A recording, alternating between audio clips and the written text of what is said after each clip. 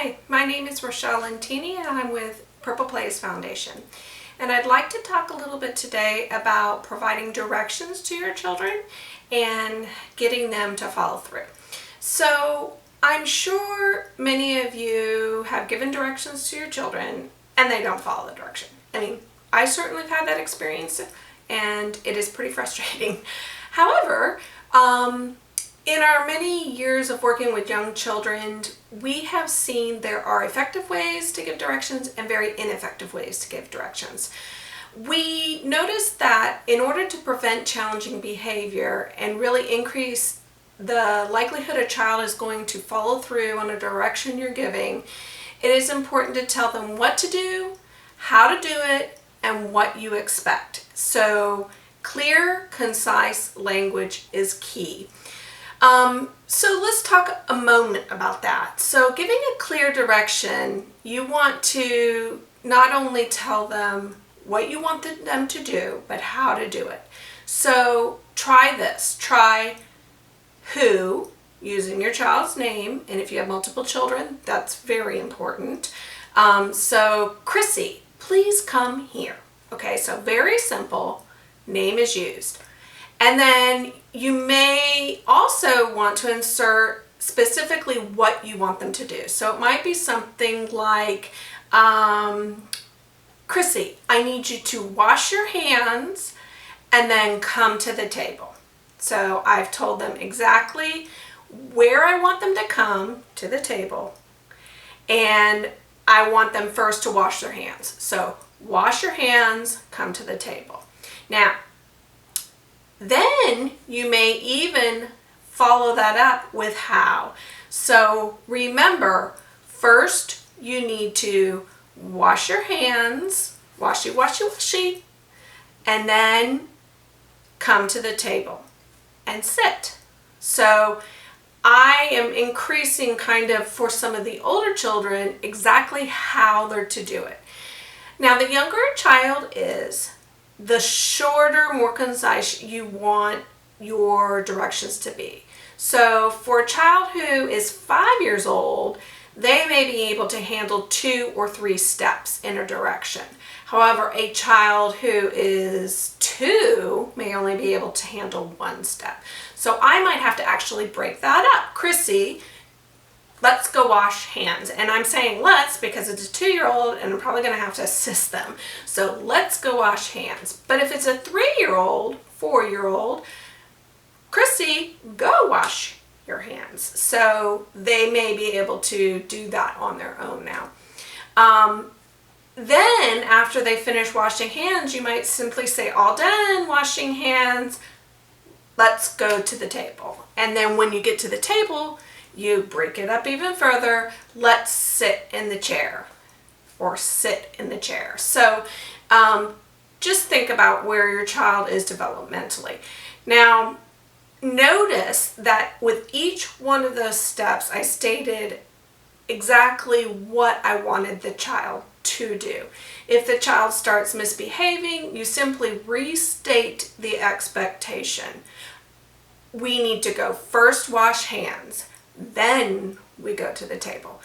Now, I'll get into some discussion in later videos around if you see, or if I as a parent see, my child having challenging behavior, what you would then do. But for now, I just want to talk about giving clear, specific directions because these can sometimes prevent challenging behaviors. The better you use your direction in a positive, simple statement. Some key elements you want to think about when giving directions. First, you want to get your child's attention. Now, most children, you would want them to look at you, but there are some children who won't look at you. So if you simply touch them, or you give an auditory command, or you might show them a picture, those are all ways of gaining your child's attention or getting into their same space. So first get their attention. Then you want to give directions that are positive, like I've already said, and minimize them. So either 1 step at a time or 2 steps at a time, or for older kids might be 3 steps at a time. you want to give them an opportunity to kind of understand what you just said and respond. And it may even be that you check in that they understand if you give them more than one step at a time.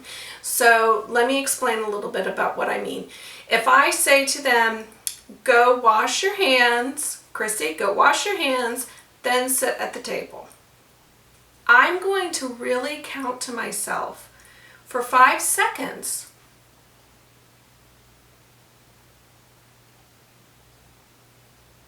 Before I repeat it or ask if they know what they're supposed to do or tell me what you're supposed to do.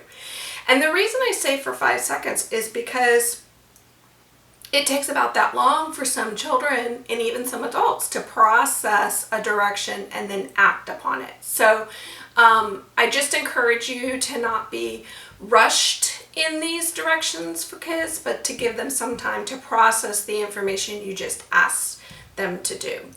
And then it might be that you need to create some sort of visual to help. So in an earlier video, we talked about creating routines and a visual schedule. If a certain direction seems to be challenging for your child to follow over and over and over, then it might be something you might want to consider pairing with a visual. So if that going to wash hands, walk to the table, and then sit in the chair is a difficult routine for your child, you could take pictures of those steps and cue them with each picture along with your auditory direction. So now you are giving them both an auditory direction and a visual with a picture. And then when appropriate, you could give them a choice.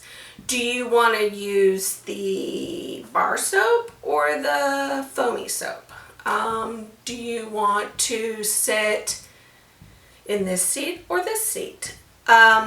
Giving children choices, actually, the research shows that it increases the likelihood that the child will actually do the direction if they feel they have some choice in how they do the direction. So if it is difficult for your child to follow directions, often just giving them simply a choice in part of that direction and how they're going to do it, it will actually help them to do it.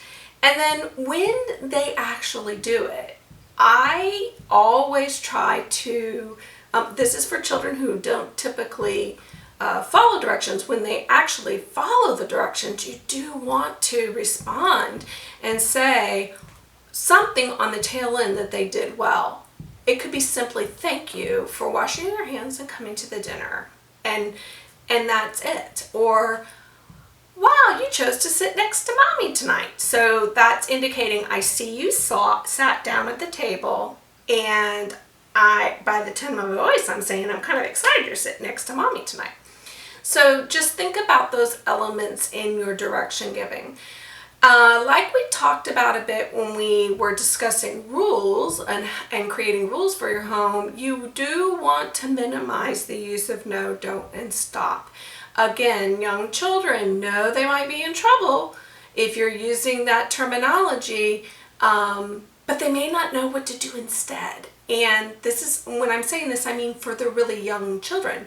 But I mean, everybody would appreciate you clarifying what you really expect or want. So think about saying exactly what to do. And then, of course, you can pair that with a visual or a gesture. So you might pat on the seat if you want them to sit in a specific seat. And then instead of saying the no, don't, stop, make sure you say exactly what you want. So stop yelling becomes use your inside voice. No touching becomes keep your hands to yourself. No biting might be use your words if they're using biting to try to maybe gain a toy, or biting to get the snack that their sibling has. Then you might say use your words, and then give them the words to say. Can I have some, please? Or can I play with that, please? Or If they're playing with a toy that has pieces, Lego, please. Maybe they just want, some of the pieces. And then I'm going to give you one last tip around giving directions. And many, many families across the over 25 years I've worked in this field have said this has been the most powerful strategy that they use with their children in their homes. And that is simply stating what you want them to do in a first then phrase. So if you think about this, saying your direction in this way really will give children a sense that you believe they can follow the direction that you're giving them. I mean, think about that. If I say, first you need to do something and then this is going to happen, that's a very proactive sort of statement. So just consider trying it and seeing what happens.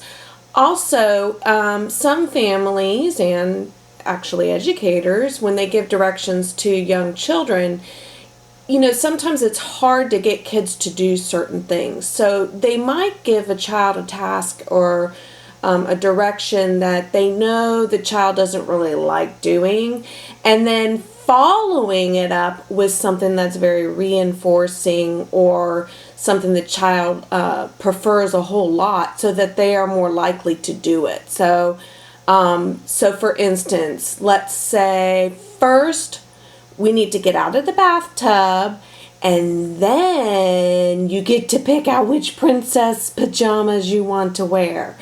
Or first I need you to wash your hands, and then we get to pick the snack you want to eat. So think about how you're phrasing it, and notice that the tone is also important. When you say a first then phrase, because it's phrased that way, it doesn't sound like you're angry. It sounds more like you believe in them and that they can do it. Sometimes when you're using a first then phrase, it is helpful to pair that with either a visual or a gesture or modeling.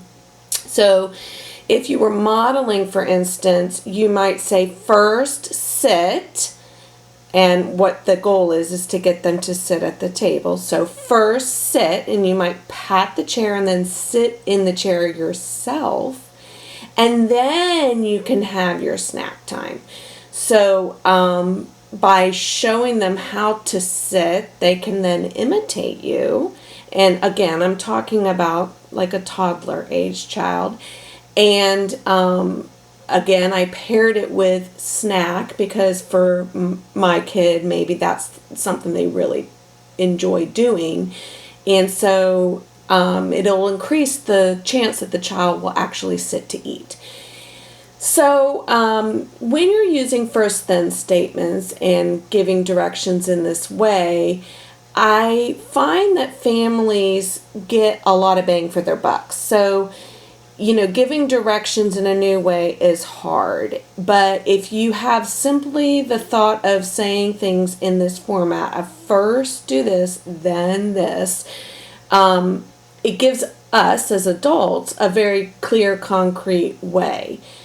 So just consider trying it, and if it works, wonderful. We would love to hear about it.